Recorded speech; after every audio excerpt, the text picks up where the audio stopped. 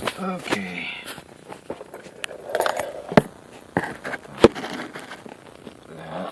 There. Hopefully I'm in frame. Okay, so it's been a little while since I've done one of these. So I just got out of seeing Doctor Strange. What to say about that one? It's very funny. It takes itself very seriously. That's where you have the serious and the comedy. You know, you get you laughing, you get you crying, you get you laughing, and you get you crying again, like in the Avengers. So, so Stephen Strange is a world-renowned surgeon, and he gets his hands broken in a car accident. And then he finds out that someone can heal him, so he goes to some Buddhist temple, and then he learns magic and dimensional shifting and other stuff, and he picks up the stuff rather fast, and it's all about his ego and stuff, and how other people are trying to, achieve. Apparently, it's immortality. It's like, really? That's what they're all looking for. But you're killing like how many people to achieve global immortality? It's like, really? And then, but the characters are endearing. They are. They. That didn't sound right. So, the guy that plays Stephen Strange is also the same guy that plays Sherlock and Khan in Star Trek.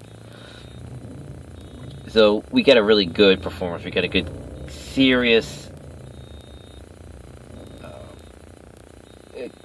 Tony Stark-ish type of wit, where he has a joke for everything. He has a comeback almost for everything.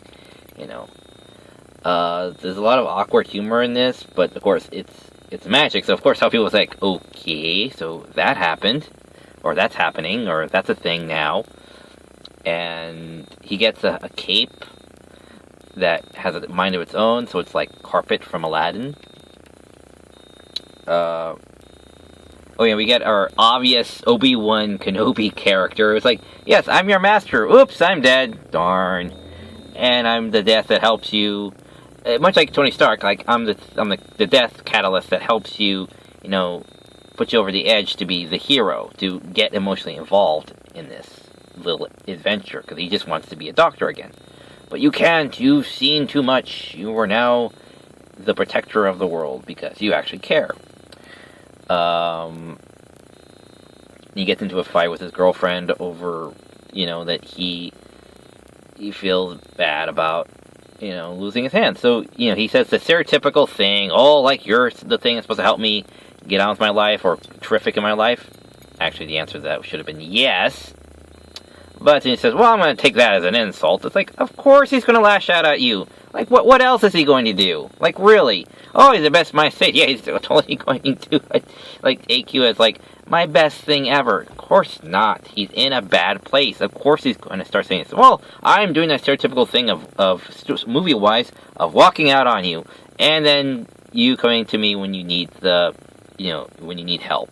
Because that's what always happens in movies. Which is kind of annoying and cliche at this point. Personally, I would have her say, yes, I am. Or have him correct her and say, yes, this is the part where you stand by me, and I'm expecting her to give him the correct stand by you answer. Instead, she just leaves. So, it's like, whatever.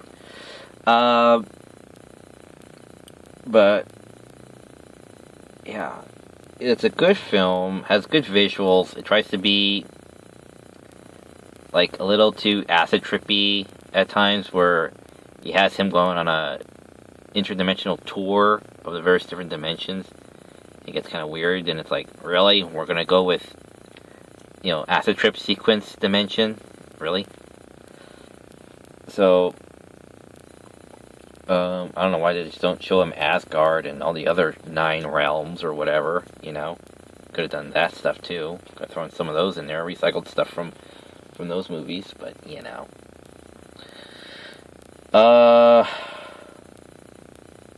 They do have a little short scene with Thor. So Thor and Loki are now in New York, apparently looking for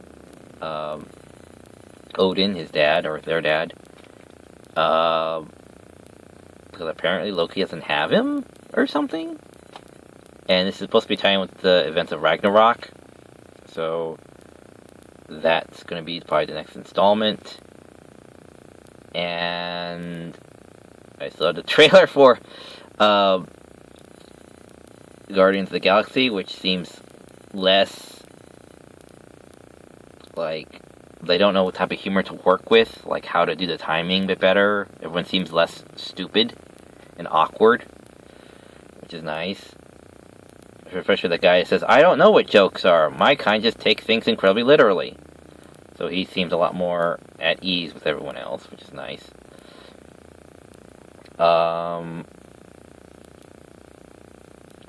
Yeah. So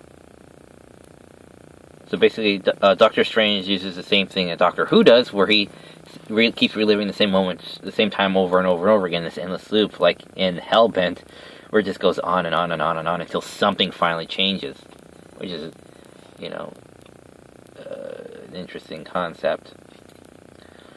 So,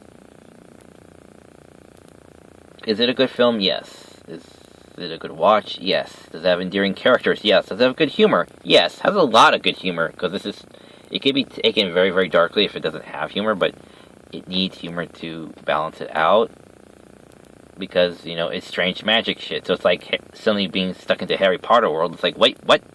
Okay, that's a thing. Magic's real. And so, but the weirdest thing is that near the last third of this film, when they're in New York and all that, and all the buildings are all like swaying and stuff, it's like, all of a sudden the movie kind of goes a little bit out of focus. I'm like, is the movie going a little bit out of focus? I don't know. It's not damaging that much. And then, like, 20 minutes later, during the last fight, I hear someone snoring behind me, somewhere in, like, 10 rows back or whatever. I hear this one person snoring, and it's like, what? This is during the semi-interesting climax, you know? And, it's a decent climax. It's not a breakneck speed climax. It's a, mind-bending climax. It's cognitive or whatever. You know, it's a revelation, not necessarily a punch through. It's more of an endurance thing. Anyway, so I heard that, and I'm like turning, I'm like looking over the seats, like who the hell is? If I could actually see the person snoring, you know. So I'm like, okay. So I go back to the movie. Yeah. So, but the one thing that really kind of like whoa, what was that moment was during the Ragnarok tie-in with Thor, where they have Thor in like this jacket or whatever, sitting in this easy chair or whatever, and he looks so small, like he's just so tiny. Remember, Thor's supposed to be this big, like hulking 6 foot guy, and he's sitting in this chair, and he looks like he's just so tiny, like he's lost like all his muscle mass or something, and it just looks weird. I don't know. It just is. I'm just glad he's back. It's, you know, I seen and heard he's going to be in the Ghostbusters movie, which I still haven't seen, and I'm not paying money to see that. When it comes on in Netflix, and not Netflix, FX, in another 6 months or so, I'll watch it then, or skim through it, whatever. But no, I'm not paying money to see that. But I heard it's where he is. That's where he's been since Age of Ultron. So, yeah. So, it's a good watch. I liked it. Marvel Universe now has another endearing character to add to its roster for whatever, blah, blah, blah, blah. What's it called? Section 3? Phase 3. For whatever Phase 3 is, so they have someone else in there now. So that's good. And apparently Doctor Strange will be in Ragnarok, or have played some part in Ragnarok. Alright. Oh, and I believe Loki will be outed because of a slip-up by referring to... Because he's supposed to be masquerading as his father, so he'll be referring to his wife as his mother. During an emotional moment, I believe that is how Loki accidentally outs himself to Thor. That's my belief. Or fan theory. So, excuse me. I have to get home and listen to a very sad, depressing story. Take care, and as always, see you at the theater.